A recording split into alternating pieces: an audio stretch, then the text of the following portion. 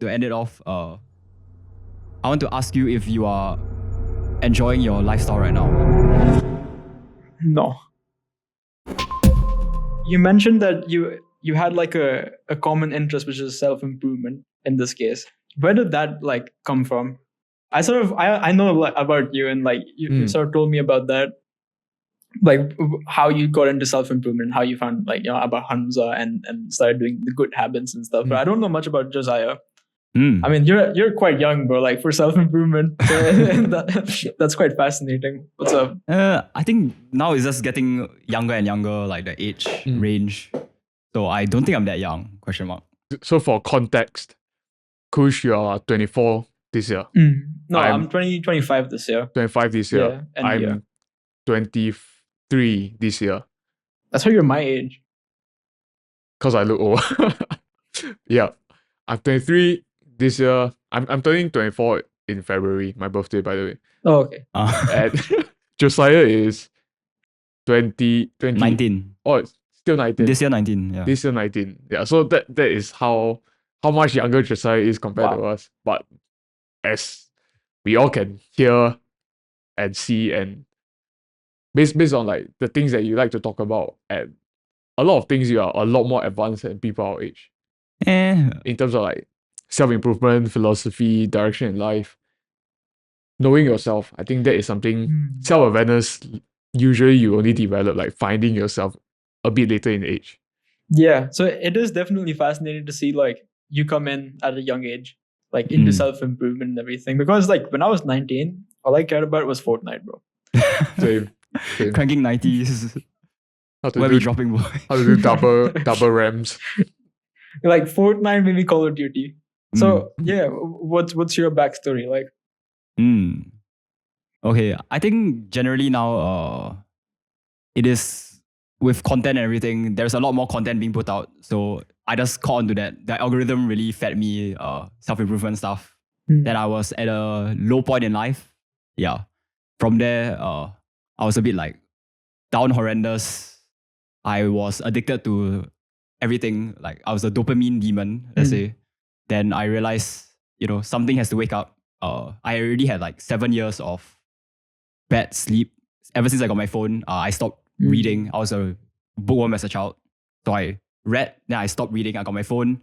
I started staying up until 3 a.m., 4 a.m. every day, like in like primary 4. So like age 9, 10. Yeah. From 9 to 10. Wow. I started staying up, like hiding from my parents. Like I will build like a pillow fortress, a mattress fortress underneath on the side of my bed. Then I'll hide there with like blankets, everything, hide my phone. When my parents come in, they open the door to check if I'm sleeping. Then I'm hidden inside. So that's what I did for like 7 years, 8 years. And I just, completely had to like switch all my habits, my eating habits, sleeping habits, learning, reading. I got reconnected with reading.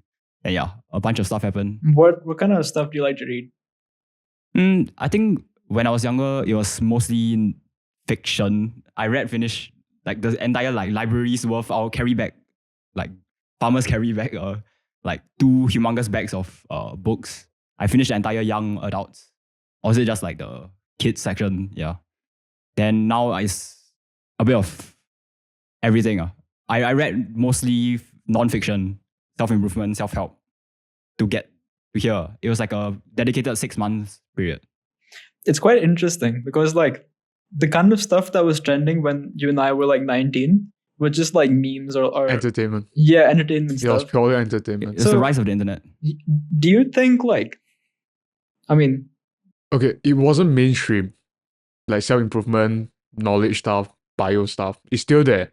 Just that it wasn't pushed to us. Yeah, it wasn't pushed to us like it is today. Yeah, today is mainstream. Yeah. Like, to be on like men's self-improvement as a niche, everyone is doing it and people are accepting of it. There's no... I don't think there's a lot of negative stereotype or what's the interesting connotation. There's a lot less now with Hamza. Iman Gaji. I don't know who else. A lot of big names. It used to be slightly weird if you're into these sort of things. I think you have to find on Reddit or something. I think if you still go around telling people that I'm on self-improvement. Really? It's kind of cringe though. It- Yeah. it- But I do tell people that though. I'm like into self-improvement. I Okay, think- it's a bit like virtue signaling. Oh, I'm improving. What are you doing? But there's this very cool thing, not thing, but there's a video Hamza posted a few years ago. He was talking like, this is why everyone hates you.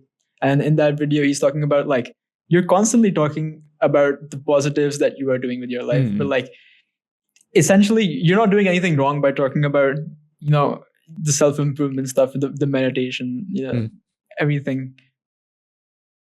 But it's kind of like other people's insecurities being projected at themselves, and then like a voice in their head going like, yeah, you're not doing that. He's better than you. You're like a mirror reflecting their own inadequacy. Exactly. And then like the other person can't help but like, oh, what and people can't relate to a perfect image because no one is perfect. People always have insecurities. So people actually relate to vulnerability. And if you're only projecting all the things that you're doing right instead of the things that you're doing wrong, that's very true. There's no connection there. People definitely resonate with vulnerability. And also like you could replace that word with authenticity, because you're just showing like your true real side, your real side. You're real. Your imperfection, your mistakes, you're sharing your mistakes, then people will connect to that, imperfection, because like that is how we connect generally. Yeah. Though like back to the mainstream, the self-improvement content being more, widely pushed and accepted. Do you think that like this is a byproduct of like 2020's pandemic? Because that's when it sort of like started popping off. I think the pandemic was like for a lot of us, it was a cry for help that we needed to know about these things. We need to learn about, because like it or not, before pandemic, we still have decent habits that like society has placed down on us, like going to school, getting sunlight, having a consistent sleeping schedule, not gaming. Okay, more consistent than just staying at home every day. But when we are when no one is watching, when we are in our own room, that's when we can let all our desires just pour in, and we started developing bad habits. And I think this content came in because there was a demand for a solution to all these bad habits. I think like life before pandemic was super fast. Like you were just doing things one after the other, like school or going out and partying and all that kind of stuff. And of course there's some like outliers, like there always are, who get into stuff that is not mainstream or not growing or whatever. In this case could be self-improvement. I think like as soon as the pandemic hit, at least I sort of like noticed life just slow down completely. Slow down? Yeah. How so? Because you could not do anything and you're at home. And when the pandemic hit, I was still like in uni, the last year of uni, and I graduated. We had an online graduation ceremony. Oh my god, that's so sad. Yeah. I didn't even attend, bro. Oh, you didn't attend? You didn't click react thumbs up. It's like, congratulations, Kush, for graduating. Just thumbs up. Oh, that's so sad. Yeah. Honestly, I don't really care much about those ceremonies. Like I went to LA for school as well, and I didn't go to the convocation ceremony over there. Oh, you didn't? I think I'm just a weird man. You didn't? No, I didn't. Because what I did was I asked my parents not to attend, because usually parents want to be proud of their kids or but I asked them don't attend, or at least wait until university. There was like all the other like college certs and stuff. To me, they are like a waste of time. It's just a phase in life that society like asks us to do, and we just do it. Then we are like, we paid the money, we go get education, then we are rewarded for what? What have you actually achieved? Nothing much. So I asked them not to come, but in your case, you choose not to go. What was the rationale behind like do you find it a waste of time? It was just irrelevant to me. Oh, it's just irrelevant. Yeah, I couldn't get myself to care about it, and if I can't get myself to care about anything, I just like I would avoid indulging into it.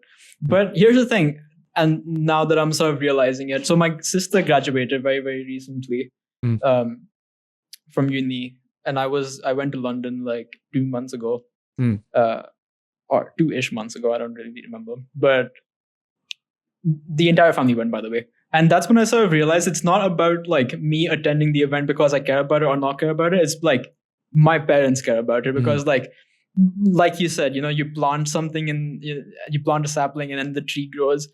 For my parents, like the tree, like I'm a part of the tree. I'm like a fruit. So they want to kind of just like see the fruit or the flower, bloom. Also, they want to relate the causality, my hard work, my decision to put them through this, their upbringing, my parenting.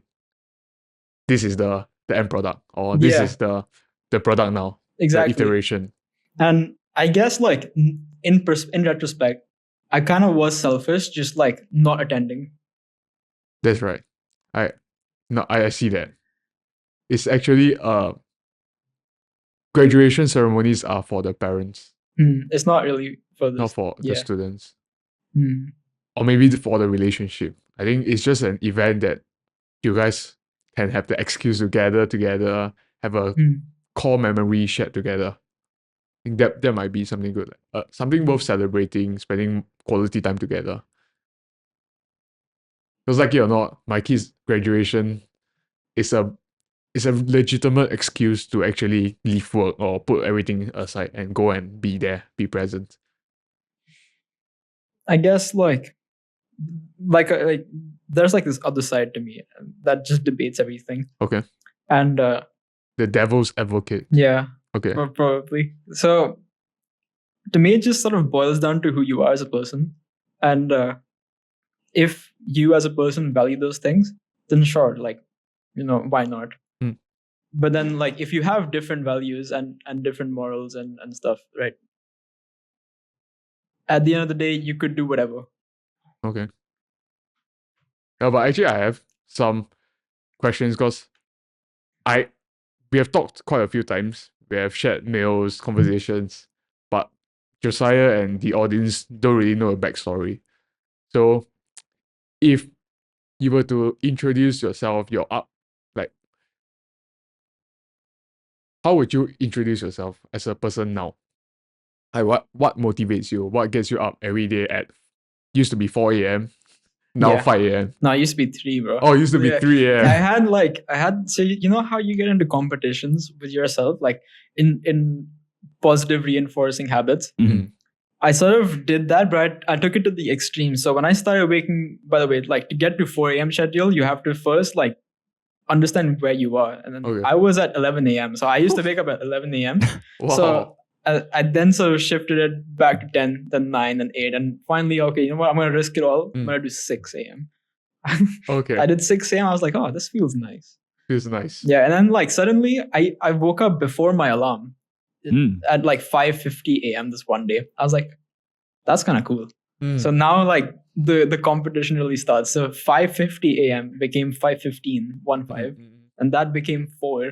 And that started to become like 3. So I started waking up at 3. Man wakes up at 3 a.m. where a lot of people go to bed. But what time do you sleep though? I used to get in bed by like 7:30. So still not like quote unquote a lot of sleep. But can you relate? Yeah, the phase whereby you sleep quite early and wake up quite early also, right? Yeah. I was sleeping at about 9:30 to 10 and waking up at 5:30 to 6. And then I met a few like new friends at the time. And then their recollections of me, I asked them like, what was your first impression of me? And they were like, oh, like I couldn't get to know you at all because you just kept rushing off to go to sleep. And I was like, oh, whoops. 9:30 honestly isn't like that early. And the reason I'm shifting my schedule is because of that very reason. It's because I'm not able to spend time with like other people and stuff. And I think that's more of like me trying to rush into like wanting different things. Because like, here's the thing. And Daniel Dalen speaks about that. You can have it all, but you can't have it at the same time. And that's why focus is so important. So if my focus right now is just to like grow the business and like have a life that is, me settling down here in Singapore, that is my focus. Like that has to be I can't like sacrifice the limited time that I have in the day to like sort of, you know, I mean, and this is going to sound selfish, but I can't sacrifice the time that I have in the day to like go out and make friends and socialize and like build up those social skills. Especially at this stage of your life. Especially at this stage, because there's like a lot of stuff that I have in plans for the future depends on the time that I sort of set aside for work. Because not all hours are equal. Not all, yeah, exactly. And you will have that time that you have to socialize in order to move forward your business. Yeah. So it will come. It's just in seasons. Exactly. And in a way, like my business has opened me up to like way more people. Right. Like I don't even have to try to meet people or talk to new people at this point, because like that can be just the part of the the day-to-day business assignments and stuff. But yeah, as far as the backstory, we're like regular man, like there's a regular man over here. A regular man that wakes up at 3 a.m. Yeah. You hear it here on Wolf Plus. I'm kidding. Yeah. So first of all, my name is Kush. Kush Verma. Hi, Kush. Hi. Feels like an AA right now, man. I'm from India. Just moved down to Singapore. I am a musician, artist, and business owner. How did I get into self-improvement? Well, like just like any other person, hard times sort of like open you up to positive influences, like slowly, because like sometimes hard times like open you up to negative influences, like you just go out to party and drink and stuff and indulge in bad habits. And I think that's just a phase, because once you like get out of that, you sort of hit rock bottom, and then you have this turning point where you're exposed to different things, and the different stuff could essentially mean positive stuff.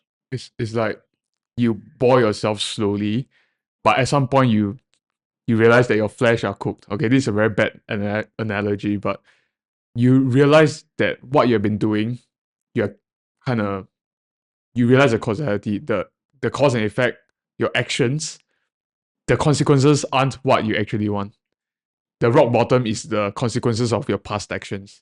So you do like set A of bad habits, not prioritizing the right things, not putting emphasis on family or whatsoever. Then now, as a result, you are maybe not in shape, depressed, you achieve nothing in life, you are not proud of yourself, you can't face the world. It's kind of like that self-realization or that awakening that one has after reaching rock bottom. And I think I had that during pandemic. Yeah. We're like, and this is the weirdest thing, we're like, in the pandemic, like all alcohol shops were shut. So, and like my parents love collecting like alcohol, right? So we used to like open that up every night or so. And I used to like, obviously I used to indulge a lot into drinking because I had friends over as well, because like we were part of the same complex. And it was very common to just like invite people over, even during the pandemic, because we know that no one else is going out. Yeah. Like I'd invite my friend over, we'd play like COD and stuff, and we just like have a lot of beer. And like this one night after all that stuff, I sort of like, the one day where I woke up, after a night of heavy drinking, I sort of just like woke up with a terrible hangover, and I was kind of like going through a breakup at this point in time as well. So it's sort of like that was my rock bottom, and I mean I could like go deeper into that, but I choose just not to because online stuff. But that sort of like was my self-awakening. I was like, okay, something needs to change now. So how did you look at yourself at that point of time? Your self-image, like being hungover at such a young age, and I chose to not accept that because I never viewed myself like that. I never viewed myself as someone who like indulges into drinks, but I did. So it's kind of like me sheltering myself from the actual reality. But then like when the actual reality hit, I was like, I cannot be this way. Cannot be this way. So it was, like I said, it was kind of like an awakening where these habits are not something that I really resonate with and that I want to cut out. And weirdly, at the time, I had a friend who was deep into self-improvement, but he was very like nonchalant about it. And he didn't like advertise like, oh guys, I'm on self-improvement. So I'm Not like jabbing, me. not Guys, jabbing. I'm a self-improver. I identify as a self. I improve on a daily basis. Yeah. So he's low-key humble and Yeah, just a better person than me, right? exactly. And Oh. that came out of I was like preparing my automatic response. The jokes aside, yeah. Yeah. So wait, where was I, bro? Your friend. Yeah. So his personality was very, very charismatic. And at the time, after hitting rock bottom, that was someone who I used to look up to. And I was like, okay, what does this guy do? And then he started just talking about meditation, journaling, and like getting into business and money and stuff. I was like, what the fuck? And he's just like, even though this is the pandemic, he's talking about his college life, how like he's attracted a lot of women during this time, and then he continues to attract even more. I was like, something inside me was just like, I kind of want that as well. Show me your ways. Show me the ways. And that's when I was introduced to quote unquote the red pill. And it was kind of like, oh, this is weird, man. Like, I don't want to go down this route either. So him as a person, like he as a person was also a little bit different, where he was like, I don't like any of the pills. I don't like the blue pill, the black pill, the red pill, or whatever, pink. The morning after pill. Morning after. Yeah. He's like, I take qualities from every single one of these communities and sort of just like make a hybrid. Hybrid pill, like a multicolor, like a fucking rainbow pill or something. Rainbow pill, yeah. the LG. Take what is useful, leave what is useless. Exactly. So like there's obviously some sensitivities that you can take from the blue pill. There's some harsh truths that you can take from the black pill. And then there's some like also rough truths that you can take from the red pill. Yep. Because all of these are just perspectives and a bunch of opinions. But like within that, there's like truths. So the blue pill does hold like truth. Red pill holds truth, and black pill it's also like holds for truth. the blue pill, in general sense, the moral compass or you as a person, character, I think it's a decent set of character that you can follow. Then for red pill, I think it's more of the attitude. Yeah. I think you can follow the attitude, getting what you want. Like, don't be afraid, be courageous. These type of things. Like, if you want something, you want a certain lifestyle, you want to attract certain kind of girls, like, why not just design it and like go and execute and like try to get it? Like, that we only have one life, and they're like, for black pill, maybe there's nothing much to learn from it except there's not a lot. I was like, I'll let you guys in on something though. Like, I'm very, very insecure of just being Indian. And Is just it? like, yeah, because like it's a huge thing on social media and there's a lot of racism about it as well. Okay. And like my friend was just kind of like, you know, even he's Indian and like he looks way more Indian than I do. Okay. And he's just like, bro, like that's the thing about the black pill. Like, you are Indian.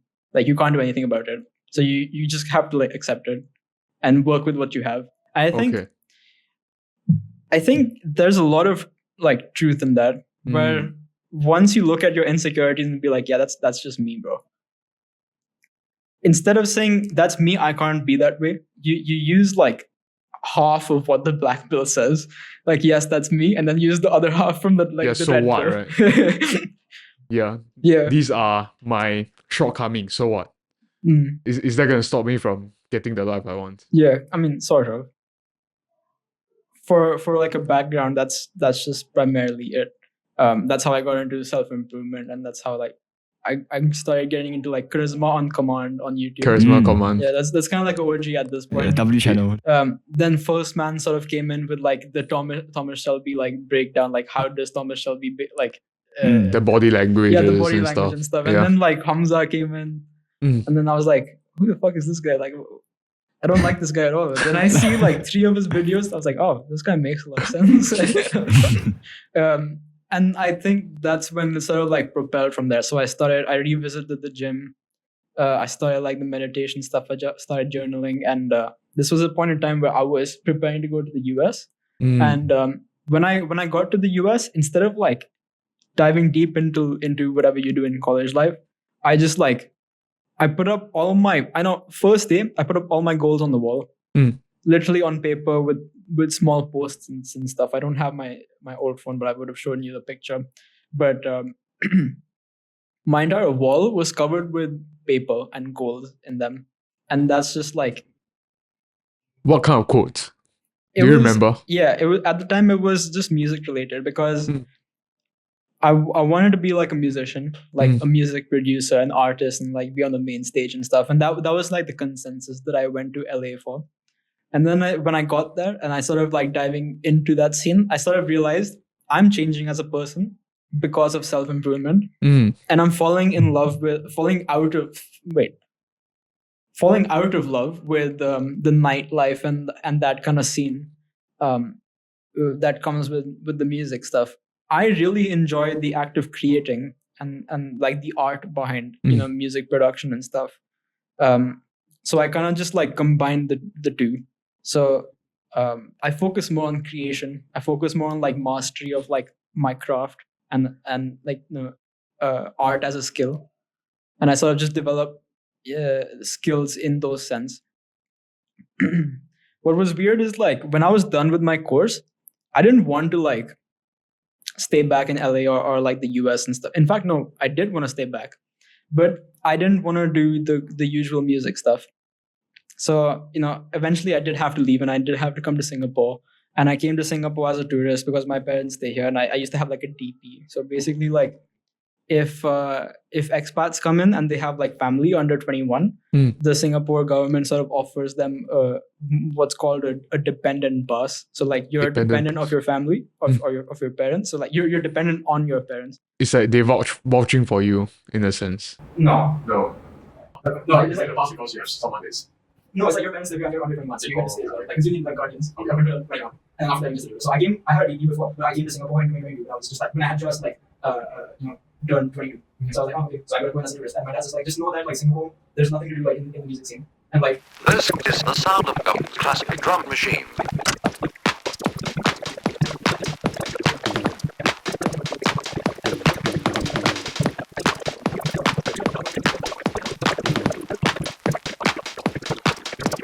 Drum.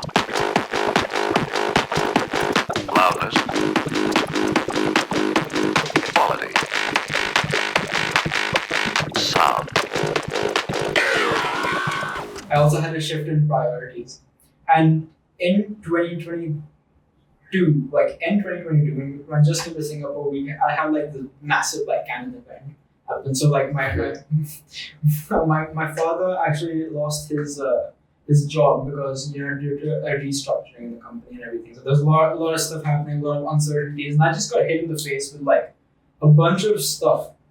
And the primary one was I still wanted to go back to the US and pursue music, and my dad was still going to support me. And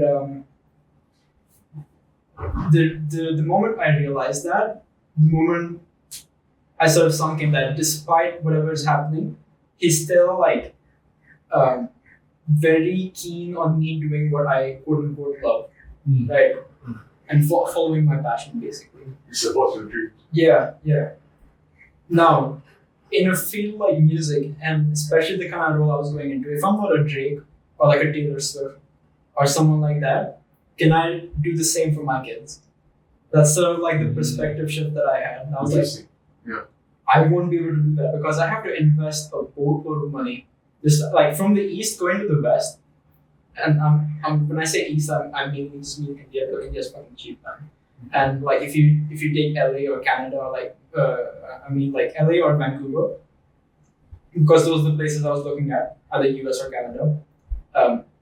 Shifting there from India is not cheap. It's very, very expensive.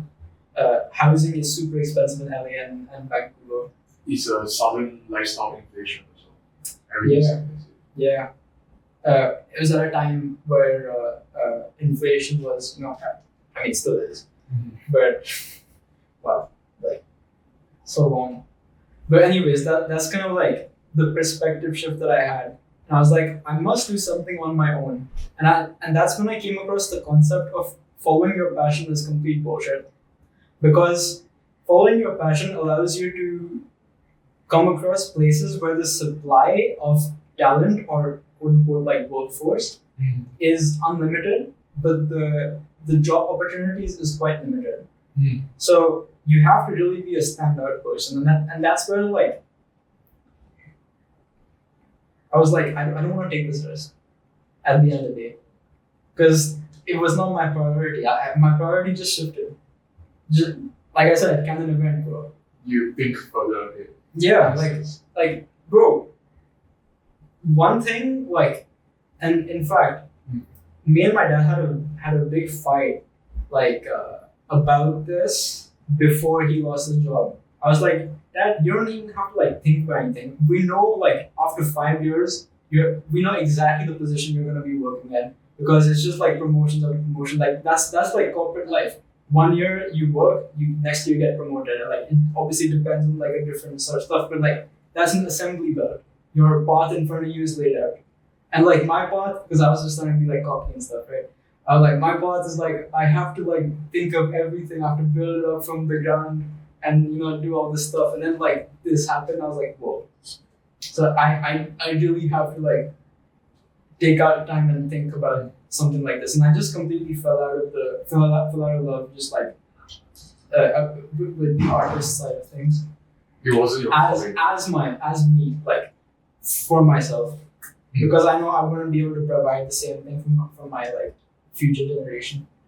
It is like millions of people can have the same passion, but the stars that actually make it, they are like the minority. They are like how many thousands of people who have failed dreams, passions. And also, what if the shift in priority is not that you failed your dream? It's just a stepping stone towards your dream. What if you building a business actually introduce you or equip you with the character needed to actually be the creative person that actually can provide a lot of whatever. What does an artist give to their listeners, their viewers? The thing is, I sort of realized that it's also, failure is not an end of a journey, it's it's just a chapter in a book. And we usually like ask people, when we get bad results in a test, or like when we fail at something that we're trying to do, we sort of like boil it down to, this is me, I've done this and it's my fault because I'm this kind of way. And that's like extreme ownership. But if you reframe, and I was just like talking to ChatGPT about this, by the way, a few days ago. If you reframe and you think that like your successes and your failures are just a part of the book, they're just a chapter within your entire life story. That's a huge reframing. And I'm still sort of like going through the journey of reframing, because I take extreme ownership. Like if I fail, I completely just like blame myself. Knowing when to detach and look at the bigger picture. It's like, what do I have in my control versus what do I not have in my control? And like, was this failure because of the lack of work that I put in, or just factors that I couldn't control? Okay, so using the failure instead of being used by the failure. Like if you fail, you don't dwell in it, but you use it like, okay, what happened? You zoom out a bit. Moving forward, how can this be of use? How can this event, how can this failure boost your progress into where you want to go? Or even, how does this failure teach me more about myself, my priorities? What do I want more in life? What am I feeling towards or from? What am I feeling from? Yeah. So, once again, back to the backstory and everything. The canon events. After the canon events. Yeah.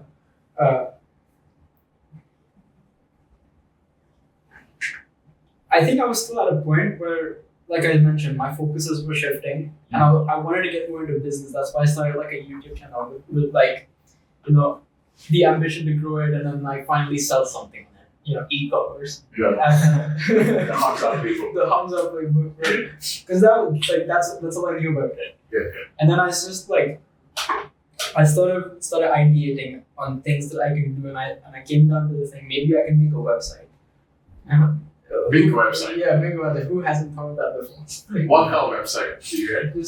So basically, like, you know, you use like video editing software, right? Yeah. Obviously. So you know how online you have color grading tools, like you have packs where you can just like drag and drop certain settings onto your timeline, and then it'll just do the work for you. Mm-hmm. Like it's just downloadable stuff. Plugins and all that. Plugins and stuff and Presets. presets. Yeah. So essentially, that's what I plan to sell at the time for music. Essentially, so most modern music is made on a laptop with the use of like virtual instruments and audio-based like audio files that you drag and drop and you place it on your timeline. So if you look at a drum set, for example, you have a kick drum, you have a snare drum, you have the toms, and you have the cymbals. So exactly, Yeah. with some cats. With the cats. So essentially, what a sample can include is just like individual hits or everything like it's looped up. Mm-hmm. So it can be as small as just the hit of a kick, or it can be as Sample long. or loop. Yeah, exactly. So one shot or a loop. And what we do as a company is like we produce, source, and sell, hard to find audio that help musicians make music that help them stand out, basically. But that's what I essentially wanted to sell: sample packs. And then the way I wanted to do it was I'll make a website and I'll name it the Kush website. And the worst ever branding possible, like worst ever tactic, worst ever strategy. And I was like, you know what? If I have to do this, I have to do this right. And at that time, I was super influenced by Steve Jobs and Apple and stuff because I watched the documentaries. Mm-hmm. I was like, oh, I want to be like Apple. So Visionary. Visionary, well, like leadership. I want to be like what was the saying, the conductor instead of the musician. So like he refers to himself as a conductor. You know how in the opera there's a guy who does this. Orchestrates everything. Yeah. So that's when I came up with the name of Armaku and like making it a company and everything.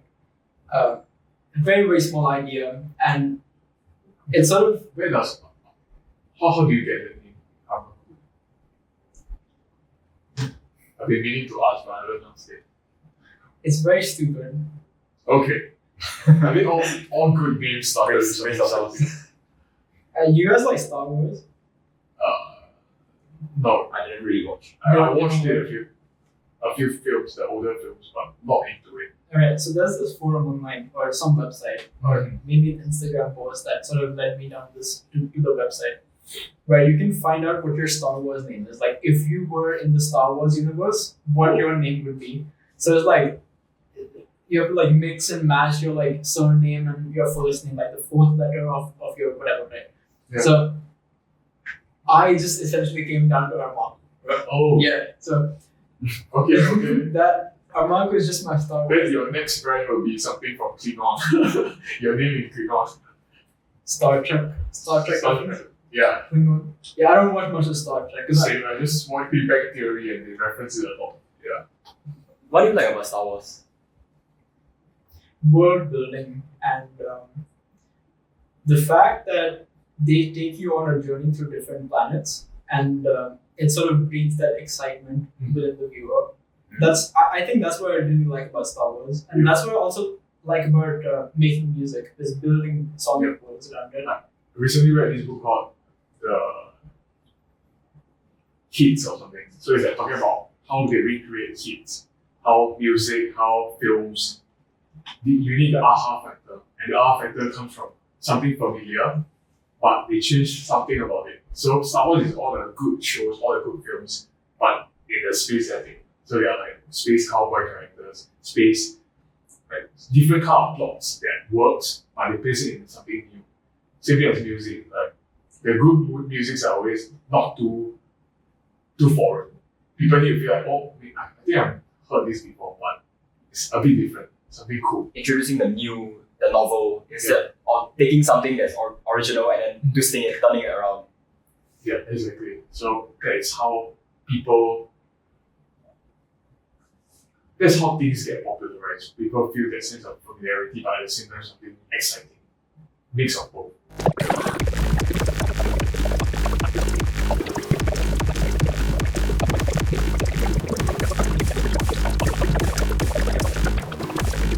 you had a newsletter. I used to read it. Oh, really? Yeah, what happened to it? I just stopped writing. Why, man? It's an act of discipline. Act of discipline. I didn't set the goal to create a proper newsletter. I just wanted to try something new. I mean, honestly, it was a good experience writing newsletters. Like really, because like to teach it, you have to condense things. To condense things, you have to learn it more thoroughly to be able to teach someone. Yeah, because you have to like fact check yourself and everything. Yeah, you have to. And if you don't, you have to present it in a way whereby it still makes sense. People still want to learn from you, but they do know that you're not like a scientist or whatever. So like you still have to be credible without lying. And that act itself is actually quite valuable. Synthesize accurately. You have to present yourself as a synthesizer in nowadays and still be desirable. Like people still want to watch you. That is a skill. Like, because we are all on the internet, we are all creating content right now. That is a skill that I think through writing newsletter I slowly learn the style of writing. Yeah, that's a medium through which that like the ideas come and pass. It's positioning of So marketing as well. for me, writing a newsletter, because we have a newsletter at Armaku that we send out every week, it's become just like me sharing my thoughts on like artistry and mastery of craft, and like how I just spoke about expression and exploration and like how Star Wars in the past was made by the director and for the director. Now it's made by like some bunch of script writers for a particular audience. I sort of like touch on those topics in the newsletter, and I sort of like help music producers shift their perspectives a little bit, because like when you're deep in it, you sort of aren't aware, right? Besides that, like writing a newsletter has just for me opened up like the knowledge of how to make content viral or like get attention like through content and persuasion. Yeah, It's like exactly. copywriting. You have to write in a way whereby people actually want to read and they feel something at the end. Yeah, You have to bring people through the text. You can't just type random stuff, facts and stuff, and just expect people to read everything. exactly. That is a skill that I think that's why copywriting a lot of content creators they recommend you to start by learning this skill. Because to write a copy, to carry people through from one sentence to the next, eventually to the end, Yeah, it's a skill that you have to build up from the start. Like, you can't just suddenly be born with it. and it's also super hard nowadays It is. because like our attention spans are so like off. So holding attention and having people actually read something is quite the challenge. So we noticed that like we write a newsletter, and our entire tonality with the newsletter is just tough love, right? So Problem. yeah, tough love, and we talk about the truth as is, and we say this is you if you're doing the thing, and this is not you if you're not doing the thing. Like we just draw a complete line. Some people really like resonate with that because that just shows like true authenticity. I think we talked about this earlier in the podcast. But I think that's why people resonate with us. And we take a little snippet of the entire newsletter, we write a tweet about it, and we post it on Instagram.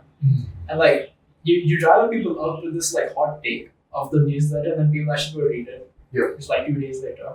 And yeah, like we know a quarter of our customer base opens up the emails. We know that people read through it because we get suggestions and replies and emails after that.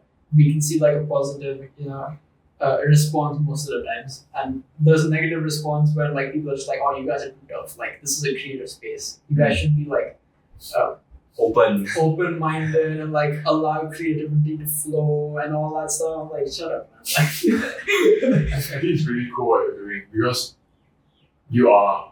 Armaku is a brand and the newsletter is a vehicle to deliver the brand to people. It's a very effective route, and you know artists, you know your audience, you know your target customers, your consumers, and you know that is a good source of outreach. I was the customer for like a good 10 years. Like I was an artist for a good 10 years. I mean, I still am. So I do understand the psychology or whatever, like the characteristics of what makes an artist and like what does it take to make good music or good art. And in general, I think that there's a lot of similarities with art and business. Just because I have like experience in the two. I'm not saying I'm a master businessman. In no way am I a master businessman. Because if I was, humble. if I was, bro, I would be in a private jet right now taking this podcast. Soon. Yeah. A few years time. Yeah. But yeah, the things that I learned in business is something that can easily translate in music, and the things that I learned in music can easily translate in business. Like how you navigate certain situations as an artist when it comes to networking or like style of talking to people, Right. you can easily translate that, in the business setting. The things that business has taught me is like operationalizing things. It's like understanding what works and what doesn't, and how we can effectively recreate what did work through like having a plan, like an operations map or something like that. You need rigidity in order to be flexible in business. Yeah, You exactly. can't be flexible if everything is all over the place. You can't be creative when there are no systems, no structure. And I think like business as an art form is kind of unstoppable. Because if you look at like Star Wars, and if they were still creating Star Wars for the sake of creation's sake, it would be like huge. And but they had to go ahead and like Cash grab. cash grab and all that kind of stuff. Anyway, that's a tangent. And I may be wrong about that as well. but yeah, like we have a pretty decent like email engagement rate, and I think that's a huge thing. So now we sort of adopted our content in that style. So yesterday we put out like a new format of a deal in which like we take 𝐔𝐄𝐒𝐓, we take his like speech, and we sort of like say that this is the message that we also resonate with. So while most companies in this space, they're like, oh, 𝐔𝐿𝐓 put out a new album, guys. Here's an entire sample pack that is exactly like his music, and now it's yours, and you can make music exactly like 𝐔𝐿𝐓. Now, how we differ as a company is like, hey guys, 𝐔𝐿𝐓 put out like an album, which is amazing because it's 𝐔𝐿𝐓. We learned his ways, and now you can learn his ways as well. So instead of being a new 𝐔𝐿𝐓, or like another 𝐔𝐿𝐓 in the market, you can be another XYZ and make the same impact as 𝐔𝐿𝐓 because you are authentic as an artist. And like that's where we're so different as a company, and that's why like the message just speaks to people. Instead of just being another copy, you can take it and make it your own.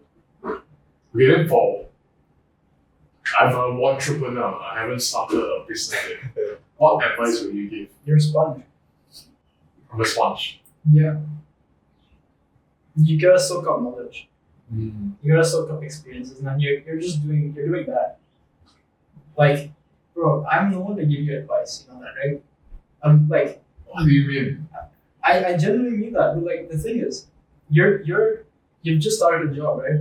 Yeah. Be a sponge. Just soak up all of the experiences. Throw yourself like around over there. Like, just do everything.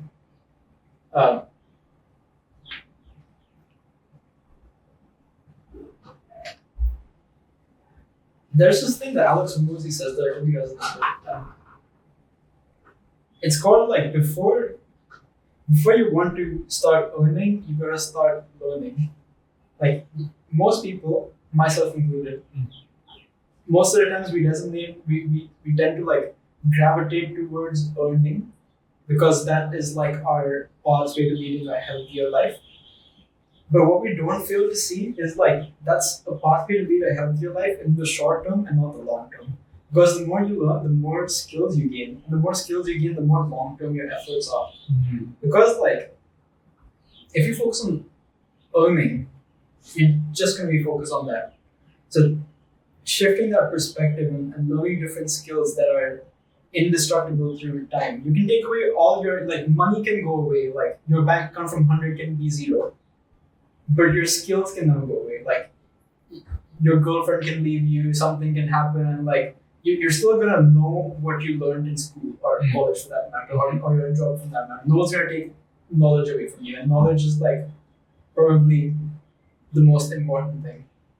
There's this thing in Stephen Bartlett's book, Dirty Workz about the 5 buckets, and you have to fill them out in order. I like to use this because it really makes sense because knowledge is the first bucket that you should always fill. Because knowledge is the highest ROI that you can invest your energy and effort. Because knowledge essentially, when it's overflowing, then you can fill the next bucket and the next bucket. The next bucket is skill. Skill is just apply knowledge. And people can't take away. You can slowly get more rusty at it, but there's still a base there. Yeah. And when you're young, just lean into your interests, whatever you want to fill that knowledge and skill bucket with, but do it in a way that makes you, like, if you're interested in this, go 100% in. I think that is what young people should start doing, get exposure. Then when you see something you really enjoy, try to go pro in it. Try to learn every single thing about it, soak up as much as possible. I would actually say, like, as long as what you're doing is productive and you like doing it, you can just do more of it. It doesn't matter, like, if you choose to live a balanced lifestyle or not. Because, like, balance just means you're good at everything and you can't be good at everything all at once. And that's just the hard truth. Like, everyone tries to do everything. Everyone tries to be social, and, like, then you have to do, like, the self stuff, like, where you have to meditate and, like, do all the nice stuff. It's good habits, right? But if you like doing something like work or like the gym, that's something that's productive for you and for people around you, you should do more of it. Right. And when you're tired, you know what you can do? Just rest. Rest is productive too. Rest is so productive if it nets a gain. Another 𝐷𝐔𝐄𝐒𝐈𝐂 quote. Right? And but yeah. I work constantly all day, but when I rest, I just watch, like, either Grand Tour or, like, just do whatever helps me rest and, like, not think about work. Right. Because that period just, like, is me reloading the chamber. It's just like me, like, pulling back on the slingshot and just preparing to get back into the work. And that's fine. Like, so if you chose to watch Netflix or were talking to, like, a loved one, that's, like, it's up to you. Like, there's a lot of rules that we live by as just humans that you should do something. I just tend to question it. Like, why? The devil's advocate part of you weaponizing it for the better. Yeah, like, you're supposed to do this. Why? I'm supposed to conform. I'm supposed to, go to a friend's birthday party or go to and by the way, if you're social, be social. Like, don't listen to me. Because I'm kind of, like, on the extremes of this. But, like, I've cut out most of my friends just because I've held higher standards. And most of the times when I am back home and people ask to meet me, I just, like, I don't want to meet them because, like, the cost of having a clear mind is my future. Like,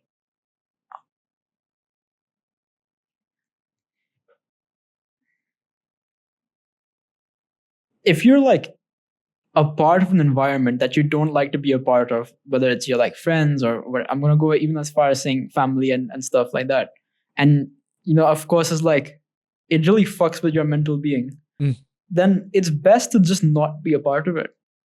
So if you can save yourself and add mental clarity to your day during work that just says, like, okay, you don't have to think about person X or person A who said this to you or who, like, gets into an argument every single time when you talk about XYZ, then, like, you're putting more focus into work and you're putting more action into your goals that leads to a better future. And it boils back down to, like, who you are as a person. Like, what do you value at the end of the day? Yeah. Like, do you value your life? What's up? I think there's, like, two parts to it. So there is the you aspect, which is your productivity, everything. But there's also the other people aspect. So if you're not going to be able to, serve them at all by being there, if you're gonna be there, but you'll be sad, you'll be mad, you'll be down, gloomy, whatever, then you're not really helping anyone. You're not helping yourself. You're not helping them. So it's better for you to just not be there at all. You don't put yourself in the environment where you have, no control. Yeah. And if you as a person values quality time with people, then still put yourself with people that you can spend that quality time with. If you're spending time and you're just miserable around them, then why do it? Yeah. You gotta be doing something else. I can tell the 𝐷𝐿𝐒𝐒, don't go home for the holidays. Like there's a lot of similarities between you and 𝐷𝐿𝐒𝐒, and I can see like why you like so many of his isms also. Yeah. But my devil's advocate part of me is asking, why not make the same thing valuable? Like, don't go home for holidays. Why not find a way to make it enjoyable? Is that possible? It's very hard. I also relate on that. Like, Can you elaborate on that?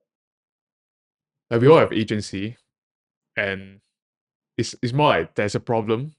So instead of like, I don't want to do all these social events, why not I integrate what I want into my values into that social event, so that you be the one that shape where that event directs, instead of thinking that this is set, I will have a shit time, or my friends are only interested in, like, my friends consume too much from degeneracy, and if I go there I won't have a good time.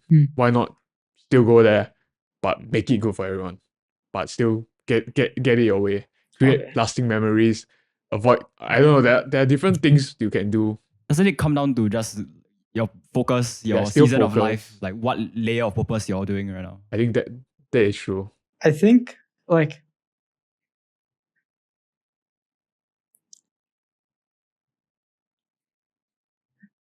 if you're like a part of like a friend group who likes, going on Discord and gaming and stuff, and then you bring them on self-improvement, they're not gonna want to be on self-improvement. It's like just it's the same thing bringing someone in on like whatever. It could be politics, could be like like if you're a lefty, you can't bring a right person to the left just for like, or you can't impose your values to other people like that.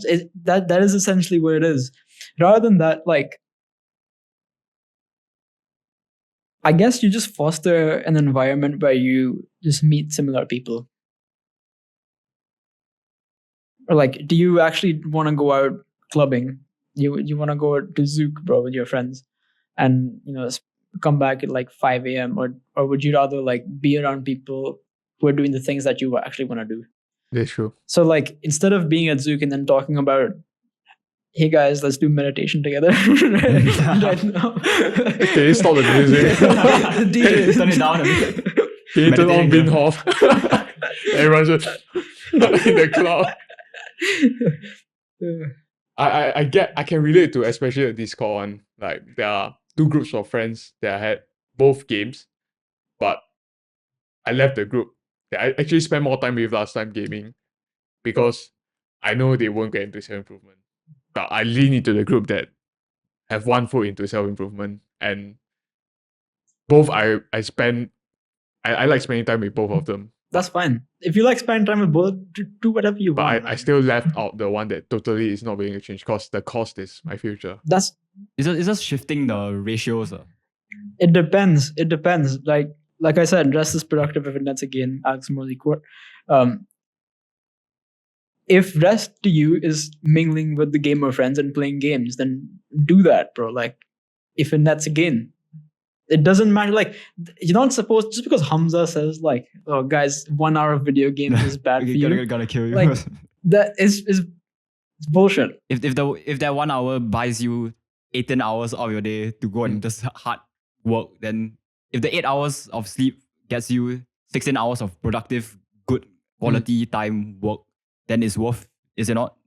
It's always how you frame it. If that 1 hour is just for you to avoid thinking about the things that you still need to do, then that will seep into a lot of your life. Your standards will get lower. You have to cut it out.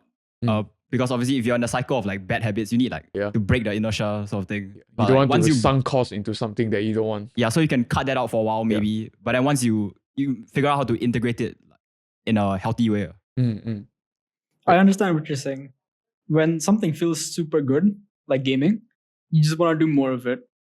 Like, and I've noticed that, by the way. Like, I've had seasons where like I've picked up like, the games back, and I sort of play with my online friends and stuff. And throughout my travel, I didn't have like a gaming console or anything to like play video games on or connect to those people. And wait, where was that from? The lessons going on. Okay. So, yeah, so I didn't get the opportunity to connect with my friends through games, but I didn't want to do it at that point. Now that like I'm back in Singapore and like, yeah, we have a media room. I have my, like my gaming console over there. Just having the option open is tempting for sure. And it's always going to be there. But like, if you're saying 1 hour of rest to like rejuvenate, gotta keep it at 1 hour and make sure that if you're able to, yeah, the self-discipline. Yeah. So like, I get Hamza's point on like 1 hour of video games is never 1 hour, and it just becomes a habit where you could spend that 1 hour, even if you're not like completely exhausted, doing something else. So like if you say like for example, my bedtime is like 8 o'clock, right? So 7 to 8, play Xbox every single day. That's unproductive. If you work like 2 months straight, and now you're like tired and you want an hour break or whatever, fucking indulge, man, for that hour. Because you know you're going to come back a little bit stronger. In fact, like I have seasons where, and Hamza speaks about this in phases where like when you know about self-improvement, you know about the good habits that you're supposed to do, but you aren't able to take action.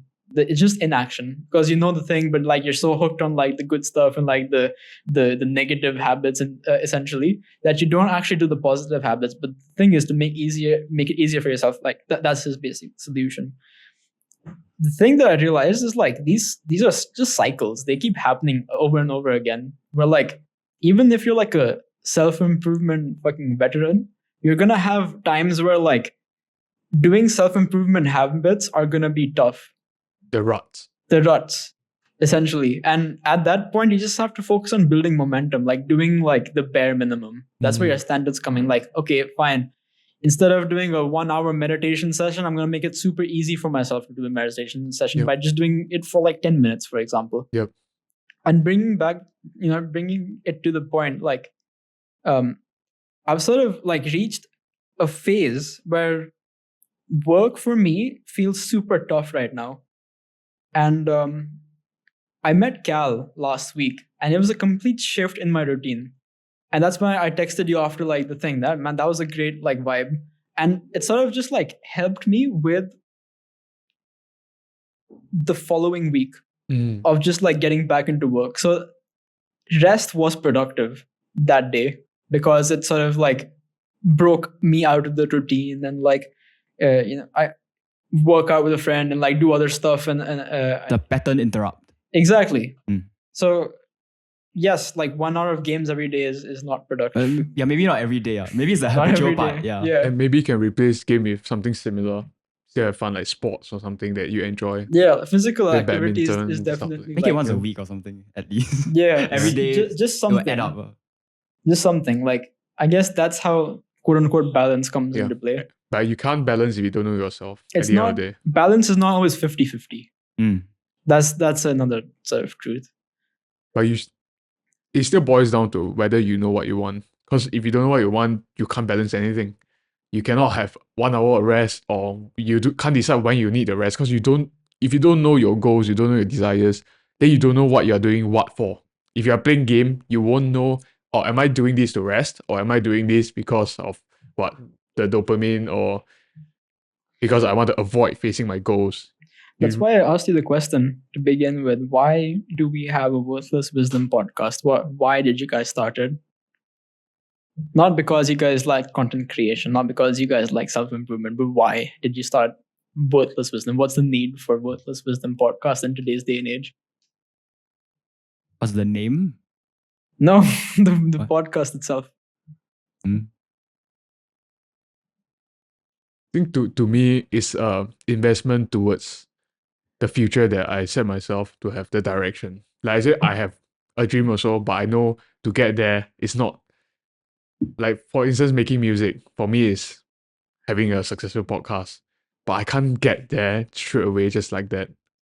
So I need to still earn money. I still need to do this. And I think to have interesting conversations with people and to be a better learner, I have to share. So this has all the aspects of the things that I care, all my values, and having it set up in a way whereby it holds me accountable. Having this makes sure that if I'm in a rut, I need to get out. I need to find a way to get out. I need to surround myself with the right people. So it makes it easy, makes it effortless for me to be the person that I see I want to become. Like what we talked about. So this whole thing, and I think it's a win-win-win-win-win. Like everyone wins. The audience wins. The people that get to see your up and your whole entire growth process wins. The people that we interview, so far everyone has been like, I think after the conversation, everyone has been feedbacking that they feel that it's something productive, like they enjoy the talk. And we grow after every episode. So I think that is why starting a podcast, especially now at our age, I think is something I'll recommend people with similar desires, similar life direction to do as well. And the only thing that usually stops us is the fear of uncertainty, fear of judgment, and putting myself out there for everyone to judge. So can we boil down the why to just challenge ourselves? If we were to just give a one pointer. Oh wait, so because I didn't quite catch the question. That's what I was gonna ask. So I mean, our mission statement is to maximize our potential by being for real, and you don't really maximize your potential unless you're pushing your limits. So this is challenge. The masculine grows through challenge. The way of Superman. That's the main premise for Worthless Wisdom as a whole. Yeah. For us two coming together to challenge ourselves, whether it was starting with the talking back and forth on camera, or now with the editing, everything, getting the projects out. For me personally, then extension of that, because I am part of the equation, let's say, then for me is I want to help people create art out of their lives, tell their stories. Yeah, that's my main mission statement, which is why all the content creation, I had like a switch recently, like while I was doing this, I was like, looking at content creation as an art form. Then I switched to like the artist way, the point of view. And I started like creating with that sort of, coming out of me. That's the why behind most of this. The reason I ask is because like not a lot of people actually think of why they're doing something. There's this talk by Simon Sinek, which is very, very famous. Start with why. Start with the why, then like go on to the how, and then like go on to the what. And then he gave like an example of how Apple does this. And that sort of framework was used for me when I built like Armaku. Like literally day one, I had this like big whiteboard, very similar to that one. But it was on like a fucking tripod, right? Like not a tripod, like the stand. So on that, I just started off with why. Like, why do I want to start this at the end of the day? Like, what does Kush have to do anything with making and releasing samples? What does Kush have to do with like starting a business? And a lot of people like mindlessly through social media getting like, oh, I want to start a business and I want to become a millionaire. And like, all of those are good things. Like, sure, go ahead, but like, why? There's no deeper why than what. There is no depth. There is only just superficiality. Like. Exactly. It's very surface level. So it's like you try not to conform to society 9 to 5, but you conform to another set of plug and play desires. It's like, because this YouTuber said financial freedom, let me plug and play. That's my reason. Because it's safe. But you don't really face what's inside here. Exactly. And I don't like the trend of like influencers saying corporate life is bad. A lot of my corporate friends, by the way, like, of course, a lot of them don't like their jobs, but the few that actually do really like it, and they have like a full-on purpose in their life, and like talking about someone else's purpose in a way that you guys are like life sucking and like all this stuff. I think it's just like it's not for everyone. It's not for everyone. Yeah, but like that doesn't mean you have to shit on it to the point just to like make a point, which I guess they're trying to be polarizing. A lot of so most of the times when people shit on the corporate life, they're like, oh yeah, go back to your 9 to 5 job, at least I have a business and stuff, right? Doesn't make any sense, because you have a business and you're chained to the business, and there's different responsibilities that you are a slave to like the audience instead of like a boss. So through reading, through listening, we set out our mission statement, we design it in a way whereby it's challenging and it builds character. Like being for real, F stands for fun. We don't want to do something that we really hate. Like we really want to have fun about doing it. Then the R stands for, because FR, right? The R stands for rooted in principles. And usually principles are values, character traits that we hold, like standards that we hold ourselves to.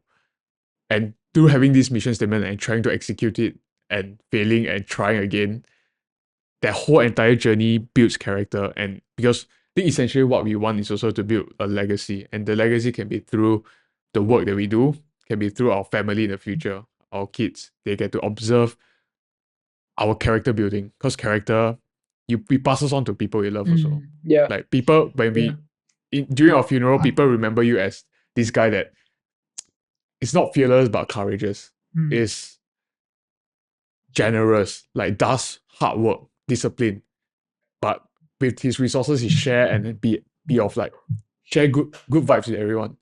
So like you said, it's important to know what you want, because at the end of life, if you shame just because like you shame 9 to 5 or you shit on things that you just because everyone is shitting on, at the end of life, what are you actually gaining from it?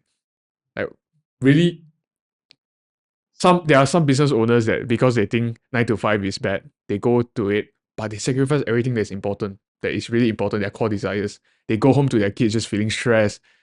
Yeah. It is just the like you want to have the end in mind. So you have the, let's say, the end of your life. You kept bringing up for some reason. The end of your life, yeah. I mean death. That's why memento mori. Remember you must die. Yeah. The end in mind. Then the how, what lifestyle you want to get. What lifestyle do you like, and what sacrifice are you willing to give up? Yeah. To put in to get to that final end.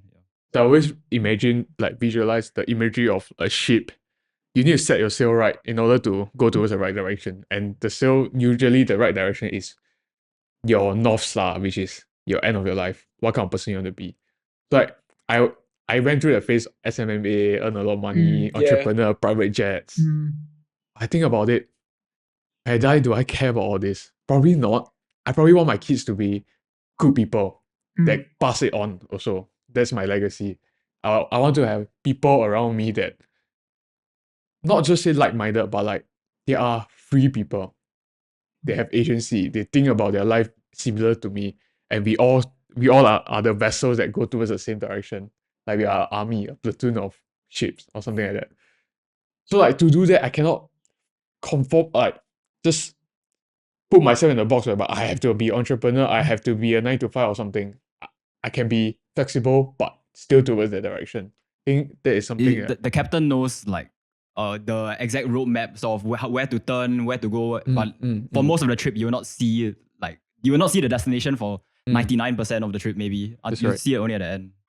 Yeah. You're gonna see like fucking storms and icebergs and like unforeseen Titanic anyway. Pirates and stuff. Yeah. I think we have shot for a bit too long. Anyway. Yeah. How long have we shot for? 2 hours. 2 hours already? Wow. Yes. Wow. To just I guess sum it up, to end it off, I want to ask you if you are enjoying your lifestyle right now. No. What do you not enjoy about it?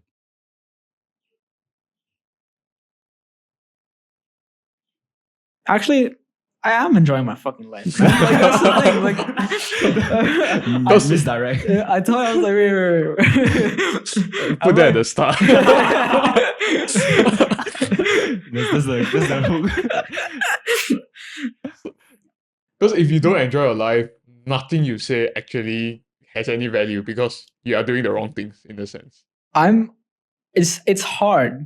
And I was gonna say I'm not enjoying it because it's hard, but then I realized, bro, like this is the best part of it. Like right. The challenges are the best part of it. Like a year ago, I was like, how do I get back to Singapore? Like I have to do something because I see my future over here. And 6 months later, I'm here. You're here. I have a business in Singapore. I remember talking to you about coming to Singapore. Yeah. Remember when we go look at the desk and stuff? Yeah. You were like your home office and stuff, and now you actually have a home office. Yeah. So like, in a sense, like I'm living the goals that I had set for myself like 6 months ago. And now it's just about time to like set new goals. And like I said, it's a part of like the chapter. It's a chapter it's a part of the story. Yeah. And this is just like step one, essentially.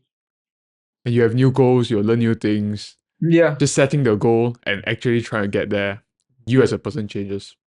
And the constant change is what makes life interesting. It's what makes you not stationary in one place. It's what makes the law more fruitful. So you are enjoying your life. If I give myself like a 30 second like thinking gap, yeah. Okay. Like if you ask me like, dude, like I'm in like some shit right now business wise. Like, am I enjoying my life? Hell fucking no. But like if you like think about it in the long term, then hell yeah, man. Like, you might not necessarily enjoy it all the time, but you find it interesting. You find it fulfilling. Dude, like, I don't want to sound cocky, but a lot of people are where I want to be and where I'm going. But most people aren't, just because they aren't willing to do what I'm trying to do. Wow, so cocky. I am.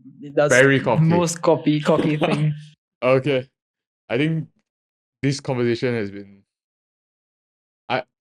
To say the least, I benefited a lot from this also lah. Like, it's reminding me, especially with the ruts, holding yourself to higher standards, pushing yourself after the rep, after you think you are done. And also like you giving the advice that continue to like just soak up and lean into your interests and just learn as much as you can. I think this is a very good message that you are spreading. And I think we have a lot more things we can talk about. Yeah, we have a lot to talk about. We haven't even got the chance to like. Yeah. Strip all the fat. Yes. I mean, the next time we can either try to replicate another conversation or we can do something different. We will always have you on again. And I think our audience will benefit a lot from learning from you. A million things to talk about. Yes, we have not all the time in the world, but we have time in the world at least. All right. So thank you for coming down. Yeah. All right. That's it. Boom. That's a wrap. We will cut it on your eyebrow raise.